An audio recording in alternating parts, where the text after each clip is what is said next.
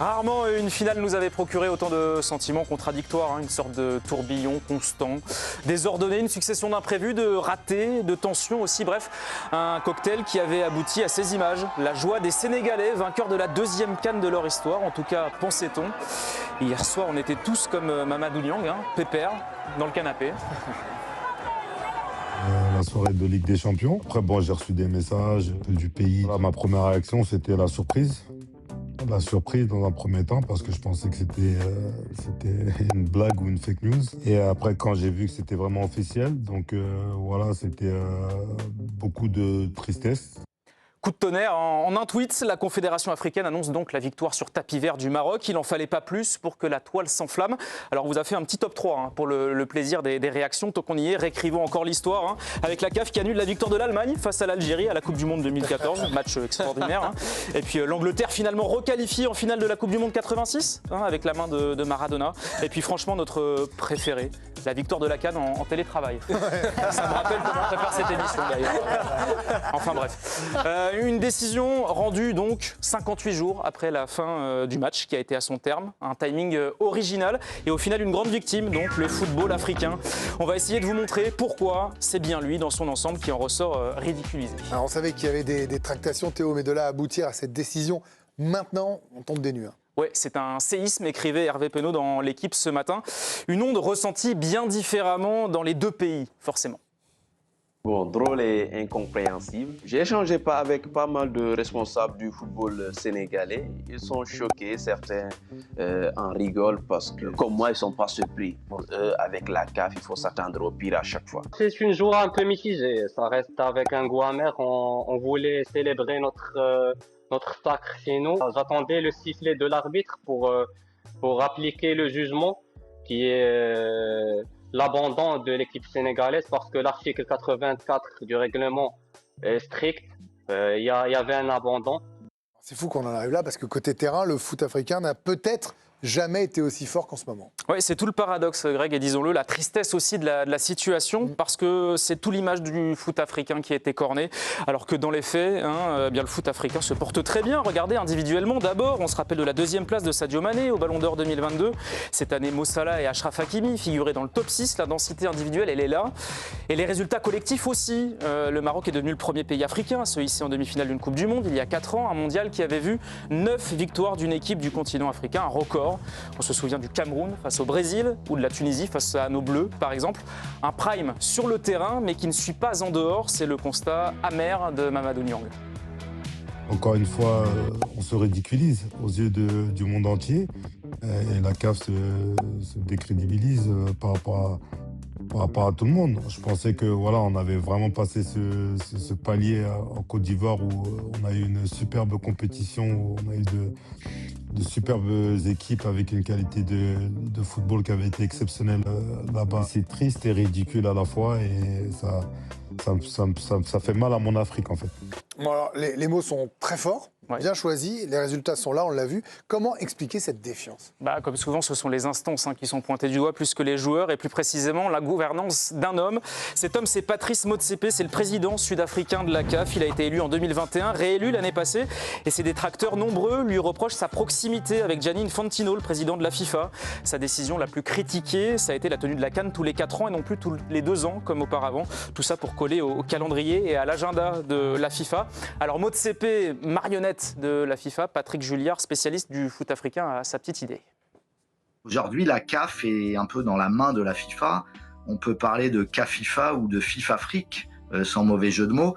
Là, après la finale, Gianni Infantino s'était dit totalement choqué par ce qui s'était passé, avait appelé à de lourdes sanctions, un peu en dehors des voies juridiques, puisqu'il n'avait pas utilisé ces voies-là. Il l'avait dit un peu comme une libre opinion, un peu de manière, entre guillemets, trumpiste. Et donc maintenant, ou trumpienne plutôt, et donc maintenant, la CAF est dans la main de la FIFA, clairement et nettement. Et au Sénégal, c'est ça qui ne passe pas, que la réalité du terrain soit niée par les enjeux politiques et les problèmes de gouvernance. En fait, la CAF, à chaque fois qu'on croit qu'elle a atteint le summum, alors elle perce le plafond pour se ridiculiser encore. Et là, la CAF a montré encore une fois que depuis que Patrice Motsepe est arrivé à la tête de l'instance, sa mission consiste à ridiculiser le football africain, à ridiculiser le continent africain. Et encore une fois, le tribunal arbitral du sport va rappeler le règlement et va remettre la CAF à sa place. D'autant que les critiques ont afflué pendant la compétition, souvenez-vous, l'arbitrage, les choix d'hôtels, des terrains d'entraînement des équipes adverses, tout aurait été fait pour finalement favoriser la victoire du Maroc, le royaume qui a massivement, il faut le dire, investi depuis 5 ans avec la bienveillance de la CAF. Et il faut dire que ça marche aussi, demi-finaliste de la Coupe du Monde 2022, on l'a dit, champion du monde du vin, en bronze au JO de Paris, alors les soupçons de corruption, très peu pour eux. J'entends ça sur les réseaux sociaux, il y a certains gens qui disent que le Maroc est... Et parce qu'il y a une influence du président de la fédération qui est aussi membre de la CAF et la FIFA, mais non, si c'était le cas, ça aurait été pas qu'on déclare le Maroc une 2e étoile, ça aurait été une 7e étoile ou une 8e étoile. Ceux qui crient au scandale aujourd'hui ont peut-être tort parce que le Maroc n'est pas favorisé, ni chez le club, ni chez les sélections. Alors, on savait que les débats étaient loin du terrain, Théo, vous nous le montrez, mais là, ça tourne presque à l'affaire d'État. Oui, parce qu'évidemment, le Sénégal ne va pas se laisser faire, ne compte pas se laisser faire. Il y a la perspective de l'appel au tribunal arbitral du sport, si bien que le gouvernement sénégalais a réagi cet après-midi en exprimant sa vive consternation suite à la décision rendue par le jury d'appel de la CAF. Le Sénégal rejette sans ambiguïté cette tentative de déposition injustifiée. Il demande l'ouverture d'une enquête internationale indépendante pour soupçon de corruption au sein des instances dirigeantes de la CAF. Les mots sont forts, on l'a dit. Tout cela donne un sentiment évident de gâchis. Après avoir fait un pas en avant, on a fait 2 pas en arrière sur l'aspect un petit peu parfois improvisé des choses. On l'a vu sur la finale. Même si, encore une fois, sur le plan des infrastructures, le Maroc a encore monté le curseur. Tout le monde aurait gagné à tourner la page et c'est pas le cas. Et là, l'affaire va se poursuivre devant le TAS et le feuilleton n'en est sûrement pas à son dernier épisode. Et donc, ça continue d'agiter le couteau dans la plaie et c'est jamais bon pour le football africain. Il y avait un résultat sportif, il y a donc maintenant un résultat juridique et au milieu, bien le foot africain qui semble bien être la victime de ses propres dirigeants. Merci Théo pour votre premier pourquoi. Merci à Victor Coudreau et Baptiste Gauthier qui vous ont aidé à préparer ça. Giovanni, c'est absolument terrible. Alors on le disait en début d'émission, je vous invite à revivre le replay, mais on était plus sur l'émotion. Là on a vu avec ce pourquoi, peut-être les vraies coulisses de toutes ces choses-là. En fait, on a le sentiment qu'en Afrique, vous pouvez être pris en otage par des dirigeants, en fait. Oui, parce qu'il y a des luttes d'influence qui sont terribles. Il ne faut pas minimiser le lien qu'a Gianni Infantino avec les membres de la CAF pour sa réélection à la FIFA. Je vais dire ça poliment, il use de son influence pour obtenir des votes, parce que sinon je vais me mettre à la faute si je dis autre chose.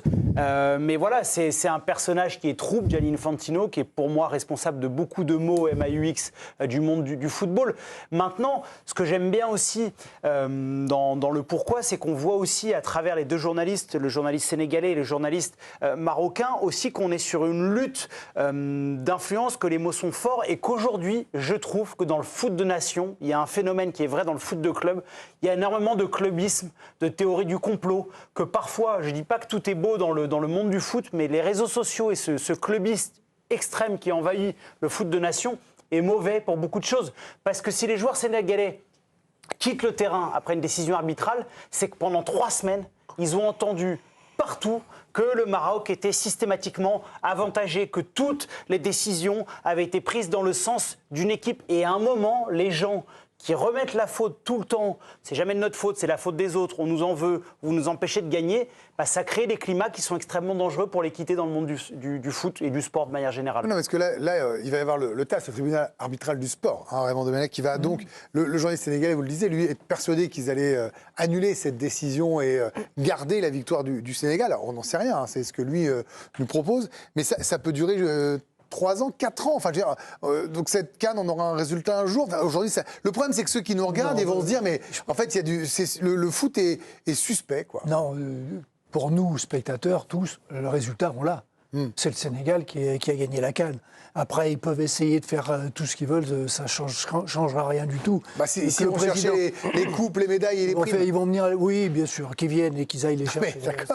Ça n'a pas de sens, ils ne pourront pas. Et je suis sûr que le TAS va revenir sur... Elle vous gêne beaucoup cette histoire, vous qui avez été quand même très impliqué dans les fédérations, sélectionneur, qui avez été au plus près. Ça vous gêne, ça ? Tu parlais d'Infantino et de l'influence d'Infantino. C'est quand même le seul dirigeant mondial qui est élu à main levée. J'y étais une fois, quand ça s'est fait à Paris, qu'il a été élu. Qui vote pour Gianni Infantino? Ils sont tous en train de se regarder, là, et ils sont obligés de lever la main, parce que celui qui ne lève pas la main... Je devrais faire ça au boulot. Celui qui ne lève pas la main, et la subvention derrière, tous les problèmes qu'il va avoir, il est mort. Son pays et sa fédération, elle est grillée. Donc ils sont tous là, et ils votent à main levée. J'ai jamais vu ça nulle part. Ça n'existe pas. Peut-être qu'il est très convaincant, hein. Ah oui. Ah, il est convaincant. Il a réussi, il fait un discours. Du moins, il a des amis convaincants. Bah voilà, bravo. Rien que ça situe le problème des instances internationales, que ça soit la FIFA ou que ça soit la CAF. Mais là ça fait encore plus mal au cœur, parce qu'on le disait, et vous l'avez très bien montré, le foot africain commence à avoir des résultats vraiment probants, des stars, il y en a toujours eu, mais voilà, une densité au Ballon d'Or. On a souvent raillé certains terrains, vous voyez, là au Maroc par exemple, c'était impeccable, la Coupe du Monde, c'est devenu très professionnel pour mettre tout ce talent en avant. On a l'impression, comme l'a dit Patrick Juillard, que c'est un pas en avant pour deux en arrière. Quoi. Et ça, c'est ça le plus dur, moi, je trouve. Oui, c'est exactement ça. C'est vrai que les Marocains avaient tout fait pour que cette coupe soit merveilleuse, soit belle. Certes, quand même, il faut bien l'admettre que dans certains matchs, il y a eu quelques petites bavures, quelques petits problèmes, mais c'est vrai qu'ils avaient tout fait pour que cette compétition... Oui, j'étais même pas tellement sur le terrain, j'étais sur le... Alors, bien sûr, il y a eu des problèmes de supporters, vous l'avez dit, mais on avait senti que ça s'était... Mais les infrastructures étaient au niveau. Oui, puis ça s'était apaisé quand même, parce qu'on a vécu quand même des CAN un petit peu folkloriques dans certains pays, mais là, ça s'était apaisé. Bon, il y a toujours quelques petits problèmes qui viennent se greffer là-dessus, mais globalement, on était assez satisfaits. Malgré tout, la compétition, elle avait été, à mon sens, à peu près correcte. Je n'ai pas vu de grosses fautes, même si certains pensaient le contraire. C'est juste cette finale qui nous a dérangés. C'est cette finale. Franchement, quand on l'a regardé tous ensemble, on s'est dit, j'ai jamais vu ça. Oui, non, mais c'est cette finale qui nous a dérangés. Il faut bien admettre qu'on avait un arbitre qui, à mon sens, était complètement perdu. Abandonné. Qui était abandonné.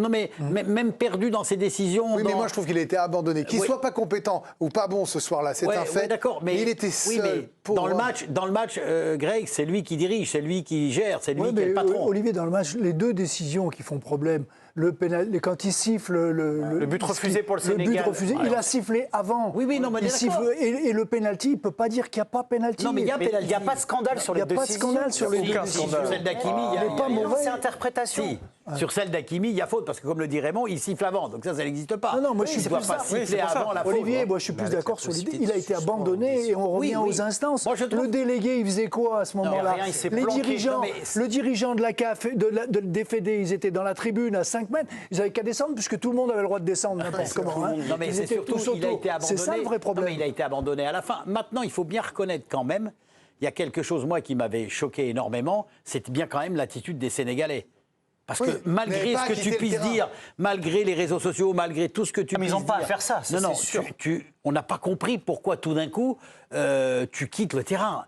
On a tous eu peut-être une fois dans notre carrière eu envie de quitter un terrain. Mais on l'a jamais fait, on n'a jamais passé le cap. Ça s'est arrêté tout de suite. Mais vous avez raison de rappeler aussi qu'il ne peut pas y avoir tout sur le dos d'une nation et rien sur l'autre. Donc ça s'arrêtait à la chaux et on restait... La chaux, c'est la ligne blanche. Oui. On s'arrêtait tout cela et on disait non, c'est pas possible, on reste sur le terrain, qu'on ne soit pas d'accord avec l'arbitre, on discute, etc., etc. Mais bon, ce qui est terrible, c'est que c'est vrai qu'encore une fois, les 2 ou 3 pas en arrière, ils les ont fait. Mais et ça, c'est terrible. On pose la question par rapport à cette réglementation. Les spectateurs ont des propos homophobes. L'équipe quitte le terrain. Oui. Ils ont perdu le match 3-0 Ah oui, là, mais merci. Cas d'école. Merci. Et ben voilà. Excellent, Raymond. Et comment on fait? Excellent. Ils vont jouer l'équipe de France à la Coupe du Monde du Sénégal. Ouais. Est-ce qu'un joueur peut être impacté par ça? Est-ce que là, ils vont sans doute aller à la Coupe du Monde en étant déclarés perdants? Enfin, à moins que ça tombe très vite. Bon, imagine. Je vous pose la question en tant que joueur qui a joué ça. Est-ce que c'est des choses qui perturbent? Non, je pense pas, parce qu'il y a encore du temps. Jusqu'à la Coupe du Monde, il y a des matchs de préparation, il va y avoir un camp ça vous trotte pas? Non, parce que là, on est vraiment focus Coupe du Monde. Et quand on est Coupe du Monde, vraiment on le sait. Il y a des matchs de préparation. Tu vis avec tous les collègues pendant quasiment 3 semaines avant la Coupe du Monde. C'est autre chose. Tu es dans ta bulle. Tu penses vraiment à. Et c'est une autre compétition. Et puis là, c'est le Graal, la Coupe du Monde. Donc. Et je pense que même pour eux, les joueurs sénégalais, même pour eux, ils se disent au fond de nous, même si le résultat est que le Maroc, au fond d'eux, ils le savent. Au fond d'eux, ceux qui sont champions d'Afrique. D'ailleurs, il y en a quelques-uns qui l'ont plutôt dit dans ce sens-là. On sait ce qu'on a fait. On peut rendre les coupes, les médailles, mais nous, on sait ce qu'on a fait et on sait que c'est nous qui avons gagné cette CAN. Et juste, je veux apporter des précisions sur le tribunal arbitral du sport et donc le Sénégal qui a eu recours au TAS. La durée donc, pour une procédure, c'est entre 12 à 18 mois, c'est une communication du TAS. Mais il y a quelque chose qu'on n'a pas encore dit sur ce plateau. Le TAS peut également ordonner des mesures provisoires dans un délai court ou suspendre l'exécution d'une décision prise, donc la décision qui a été prise par la CAF. Donc on n'est pas à l'abri aussi, on n'est pas à l'abri, en attendant que ça soit jugé sur le fond, que la décision de la CAF soit suspendue et que le Sénégal conserve de manière suspensive son titre. Est-ce que le Maroc va défiler les joueurs vont être récupérés Je pense pas. Enfin, il y a des scènes de joie quand même dans les rues. Et est-ce que pour la prochaine CAN, on saura le véritable gagnant? Ce n'est pas sûr. C'est une question. 12 à 18 mois après. Ouais, d'autres réactions, elles sont encore nombreuses de différents acteurs du jeu. On commence avec Moussa Niakhaté, l'international sénégalais de l'Olympique lyonnais, qui a réagi d'abord sur ses réseaux sociaux en postant ses photos. Venez les chercher en parlant du trophée et de la médaille. Ils sont fous, eux. Ou encore, ce n'est pas de l'IA, c'est bien réel. Avant de déclarer en conférence de presse, vous avez vu ma réaction sur les réseaux, elle est la même aujourd'hui. Je peux me permettre de dire que bien évidemment rien ne change pour moi par rapport à ce que j'ai vécu il y a 2 mois. Les mots aussi de Pierre Sage, l'entraîneur lensois, qui s'est exprimé sur ce sujet. Au vu du timing, ça me paraît compliqué de considérer que le Sénégal a perdu cette CAN et que le Maroc la récupère. Je ne pense même pas que les joueurs marocains soient contents de la gagner comme ça. Même avis que Raymond. Je pense que ça met en lumière un problème au niveau des instances plutôt que des équipes. Ou encore les mots d'Alain Giresse pour terminer, longtemps sélectionneur en Afrique et notamment ancien sélectionneur du Sénégal. Je trouve cela scandaleux. D'accord, il y a le règlement, les joueurs sénégalais ont quitté le terrain, mais après, il y a le contexte. Le match a pu se terminer, les Sénégalais sont revenus, ils ont joué, ils ont gagné sur le terrain, et au final, on leur enlève tout ça. Mais est-ce qu'on a vu une finale qui s'est déroulée dans des conditions normales ?